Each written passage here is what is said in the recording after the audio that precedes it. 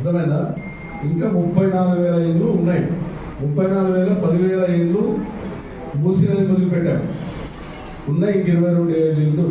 ఆ 22 32,000 ఇళ్ళు కూడా ఎక్కడ కూడా ఇంకా ఫినిషింగ్ కాలేవు, స్లాప్ అయి ఉన్నాయి.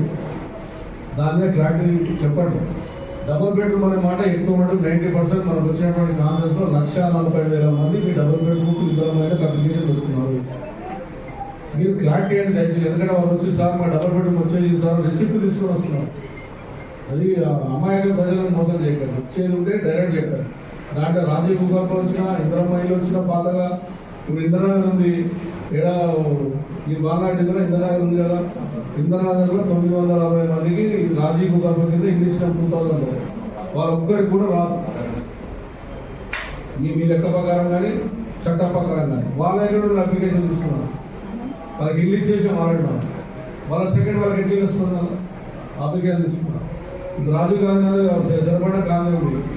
550 జీవో కింద 2001 సరిపడ్డ కాలనీ పట్టాలు ఇచ్చినాం. అది సిక్కం ల్యాండ్, దాన్ని మీరు ఇవ్వలేదు. మీరు కొన్ని విషయాలలో క్లారిటీ ఇవ్వకపోతే వాళ్ళకి ఇబ్బంది అయితే ప్రజలేమో ఒక్కసారి వచ్చి మీరు పడిపోతారు. మీ మీద ఉంటారు, నామే ఉంటారు. నేను క్లారిటీ ఎప్పుడైనా క్లారిటీ ఇస్తా, ఉన్న మాసాలు చెప్తా. మీరు క్లారిటీ అయ్యండి. ఏ ఒక్కరు క్లారిటీగా వస్తున్నాయి, లోడింగ్ చేస్తున్నాం, అయిపోతుంది, ఇది అయిపోతుంది, దయచేసి చెప్పకండి. ఇందిరమ్మ ఇల్లు అంటే ఇల్లు అనుకుంటున్నారు, డబుల్ బెడ్రూమే అనుకుంటున్నారు.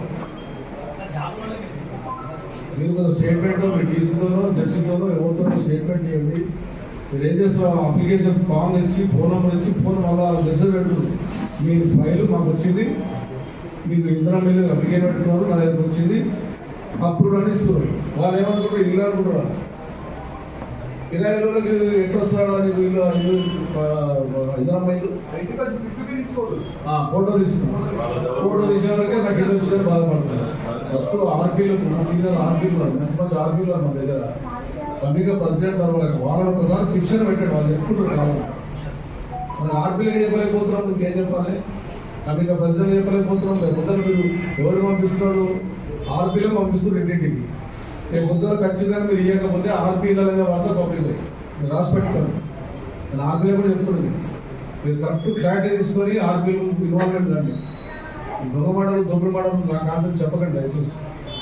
క్లారిటీ వంటి ఇచ్చేది ఉంటే సంతోషపడదాం, మనం ఇవ్వనంటే సంతోషపడదాం. కానీ అబద్ధాలు చెప్పేసి మేము ఇచ్చేస్తున్నాము 2,00,000 రూపాయలు అంటే రేపు కొట్టుకోగా పదార్థం కొట్టుకోగా లక్ష్యంగా అయినా ఒక ఇల్లు కట్టకపోతే ఒక కుక్కటిపల్లి కాన్సెన్స్ 1,40,000 ఇల్లు ఈ రోజున మీరు అప్లికేషన్ ఇస్తున్నారు. హైదరాబాద్ నగరంలో 7.5 లక్షల మంది ఆ రోజు 60 డబుల్ బెడ్రూమ్ అప్లికేషన్ పెట్టుకున్నారు. దాంట్లో మనం కుక్కటిపల్లి కాన్సెన్స్ 44,000 మంది పెట్టుకున్నారు. మనం ఇచ్చినంత 2,500 మంది.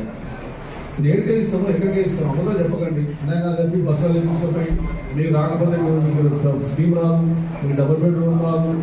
ఎప్పటిదాకా నమ్మిస్తాం? ఇంత 3 ఏళ్ళ దాకా నమ్మిస్తాం. ఓకే సార్, రెడ్డి మీరు అందరూ సీనియర్లు. ఓకే